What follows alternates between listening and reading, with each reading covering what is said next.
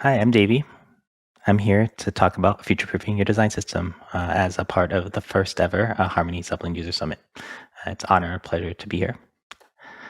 I'm a product design manager here at Disney Streaming, leading design systems and delivery across three products, Disney Plus, Star Plus, and Hulu. I lead a team of 5 designers covering design systems across these brands. And I've been fortunate enough to be one of the first product designers on the Disney Plus product design team and have moved from product design into design systems full time after our launch in November 2018. Our design team has a interesting challenge of being tasked to design across 3 platform form factors: mobile, web, and living room devices, that third one being the most unique for most. I always like to say that someone's subreddits is a good hint on what they follow. So I love to build mechanical keyboards, and I love to roast my own coffee. In addition, I follow the Kings, Niners, and Oakland Athletics. The product design teams here at Disney Stream that consume our design system are Disney Plus, Star, and Hulu. For this conversation, we'll be speaking primarily about Star Plus and Disney Plus. So Star Plus was an entirely new application launched in about 9 months, which is a very, very short amount of time for us. And it is a new variant of our app built for the Latin American audience on top of the Disney Plus code base. And we treated this new app as a new theme and new design language with new components and templates. The goal of this was to extend Disney Plus to support new content types such as live sports in Latin America. And from a designer point of view, the output was new variants and components for Star Plus.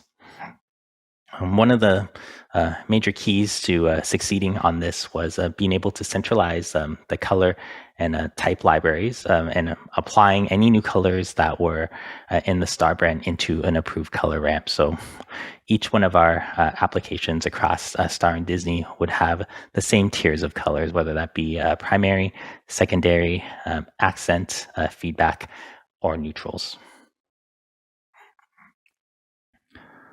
At this time, we took the time to centralize our design system team. So we were able to take a 10,000-foot approach at that point to approach designing patterns. And that was something that was used for designing for the pink brand, which was Star Plus.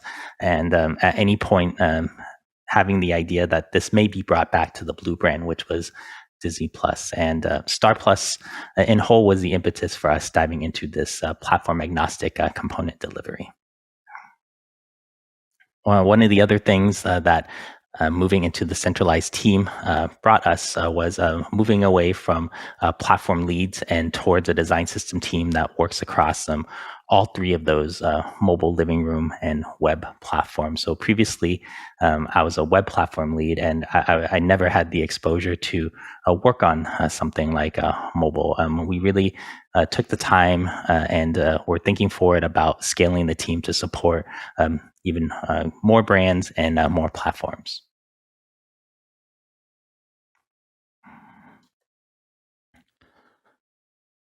So for our 2020 launch of Group Watch on Disney Plus, we really wanted to simplify design delivery. So one thing that we noticed in Zeplin specifically for our logged in web, we had close to 800 screens that we had delivered for the original launch of Disney Plus.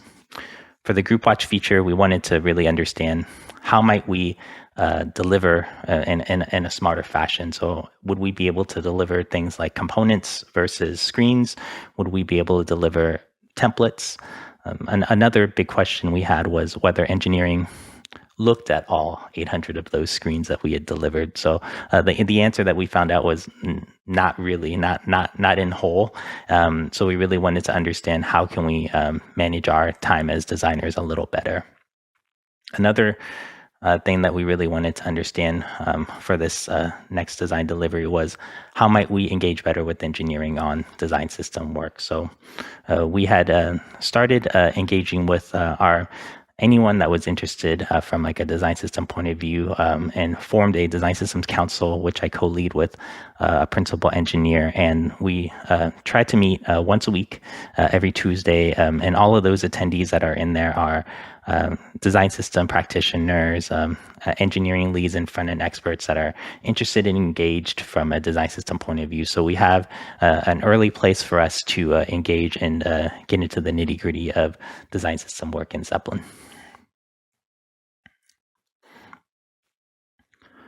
So taking our specs further, we really wanted to understand how might we deliver variants of components. So what we've been accustomed to doing, we're creating these spec and state sheets where we would have all of the different variants of the components. In this case, this was a tile, a module that would appear on the home screen of Disney Plus. We really wanted to illustrate all of the different variants across breakpoints, and how might this look across something like a movie like Thor Ragnarok, or a series like The Simpsons. And previously, we would have had to deliver 16 unique Zeplin links for this. And what we were able to accomplish this by showing something like this state sheet, and then showing a representative in situ example of how might this look like on home. And that cut down our delivery from 16 screens to possibly only 5 screens. So was this acceptable by engineering? And that answer luckily was yes. So we were very thankful for that. Shortly after that group watch delivery, Zeplin had launched variants in support of this exact thing. So in this example that we've shown, this is that group watch component in situ on home. We would be able to, at this point, cluster all 4 of the breakpoints under one link, and that was extremely valuable for any sort of Jira delivery. While things are clustered under one link, we would still be able to click on something like the 480 version of this home screen and deep link into that screen as well. So this was something that we've been refactoring in our Zeplin projects as we go along, just to simplify any sort of a future view of these screens.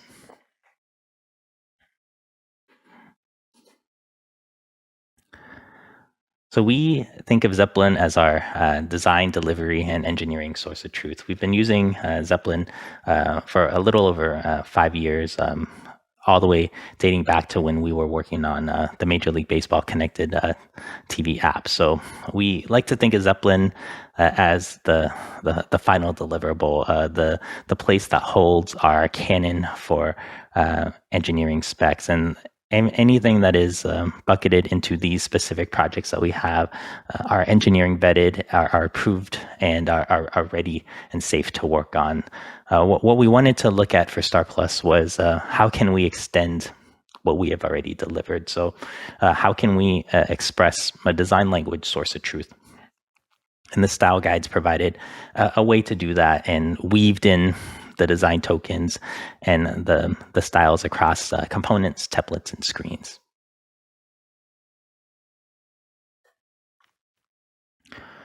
So an example of how our style guides work. Prior to setting this up, we did a lot of work just to get our taxonomy right for our color system. So maintaining those tiers of colors: primary, secondary, feedback, neutrals, accents. We really wanted to start getting all of this in a canonical place in Zeplin. And what I really tried to do was once I got them in from Sketch, I started dragging and dropping them to fit an order based on lightness and darkness, based on tier of color. And one really extremely powerful thing that we found was once we started integrating with the SAS plugin, for example, any sort of changes that I would make on the left-hand side in terms of dragging and dropping would reflect instantaneously on the right-hand side. And we found this as an incredible mechanism to hand off to engineering, and was something that they were extremely familiar with in terms of output. So this really extended our design delivery practice as a whole. A little bit about how the color tokens were set up in the previous screen. There's three specific tiers working from the bottom. We have the third tier, which is our raw color, sometimes called primitives, which is our library of any color that is used across Dizzy Plus and Star Plus. And above that would be the semantic tier, which most engineering teams are utilizing, and that would be an example of that. Calling Disney Plus would call primary blue 200, and Star Plus would call primary as pink 200. They would pull from that third tier of colors. The third tier, the tier one on the very top, would be component based design tokens, and this would call upon utilizing all of this, the other tiers that are below. Really, most of the teams were aligning on the second tier, but Zeplin allowed us to express all of these with semantic color styles, and we were able to get web and iOS the furthest along in terms of adopting a 3-tiered color system.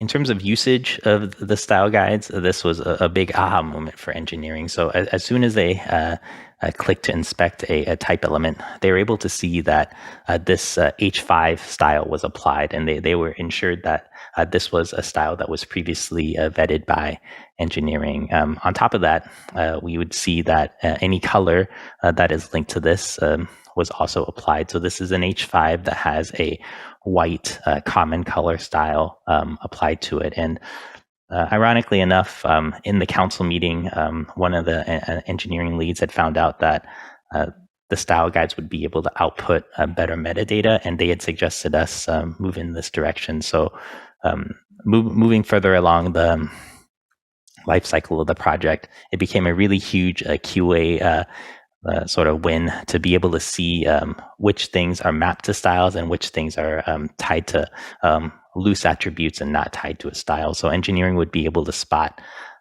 any sort of inconsistencies. The style data metadata is coming to life. So the style guides had illustrated that when you would inspect any sort of documentation like we would previously produced for these swatches here, you'd be able to inspect and see that it maps to the code name primary color. So we'd be able to instantly QA anything that is exported to Zeplin and make sure that it's tied to approved colors in the style guide. And this was a very easy and a quick win for us to align all 7 of our client engineering teams.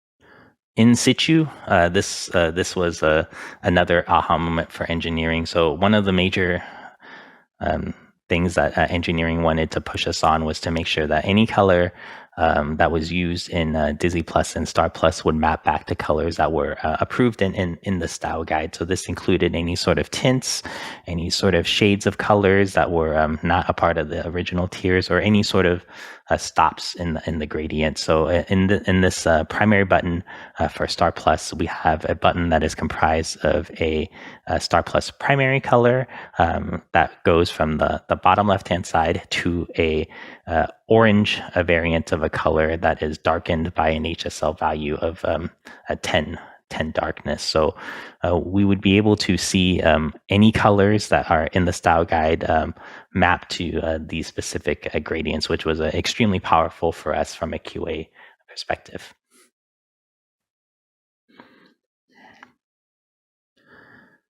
We did a little bit with upstream design patterns. So we have this system called the core design system, which we would say is the design system team's design system library.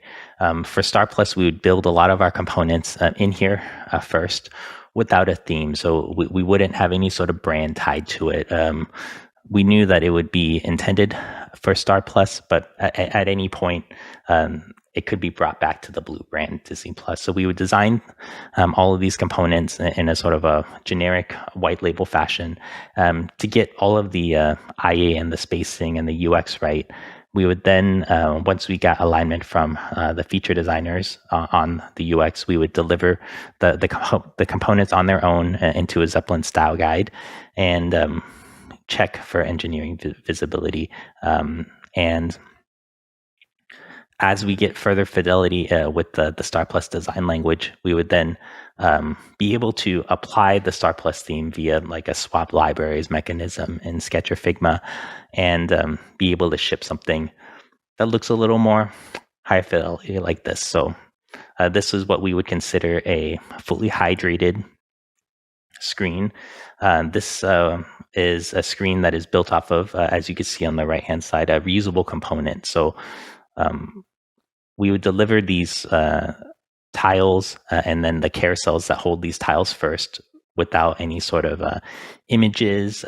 They would map to type styles and color styles that were in the libraries. But then as we developed the brand language, we would layer on fidelity, such as imagery, logos, more colors, more brand colors.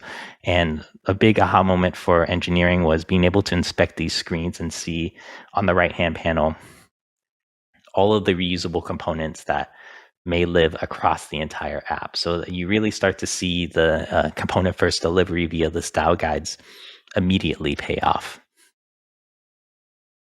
And then in terms of the ordering of how we delivered this, we would deliver some of like these core white label components initially first, and then follow up about a sprint later, a sprint or two later, with some fully hydrated screens.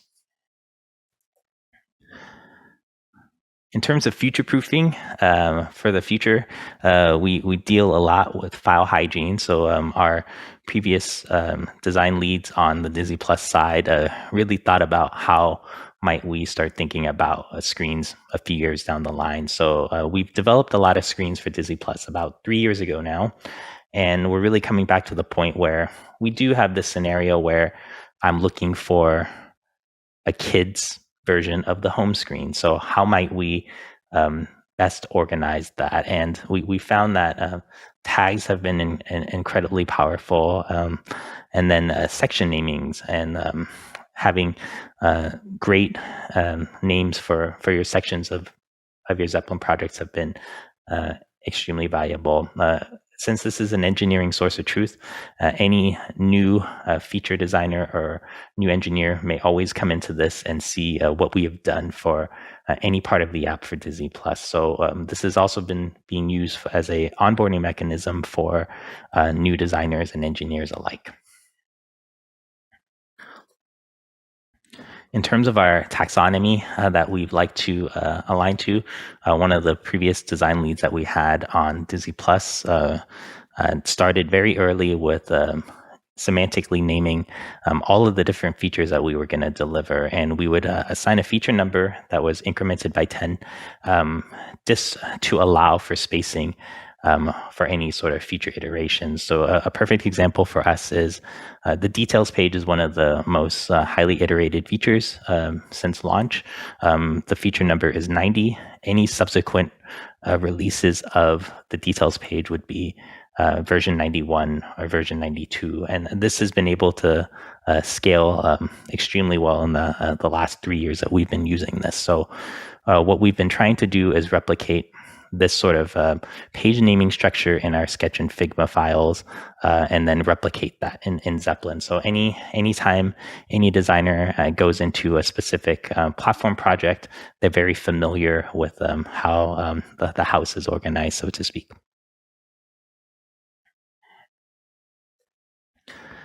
So in terms of Grogu's TLDR, we've learned to do more with less Zeplin deliverables, and less deliverables means less links and less work to manage. And I think in terms of our time with Zeplin, things like variants, style guides, and delivering components has been a great help on that. Organizing and leaving the space better for the next designer. So while the design system team takes a lot of pride and ownership in maintaining the files, the files themselves belong to the community of designers that use them. So we want to make sure that any person that comes in and utilizes our files or our deliverables are able to navigate them in a very easy and rewarding way. The third one is a communication point. So talking to your engineering teams about what might be the most helpful for them.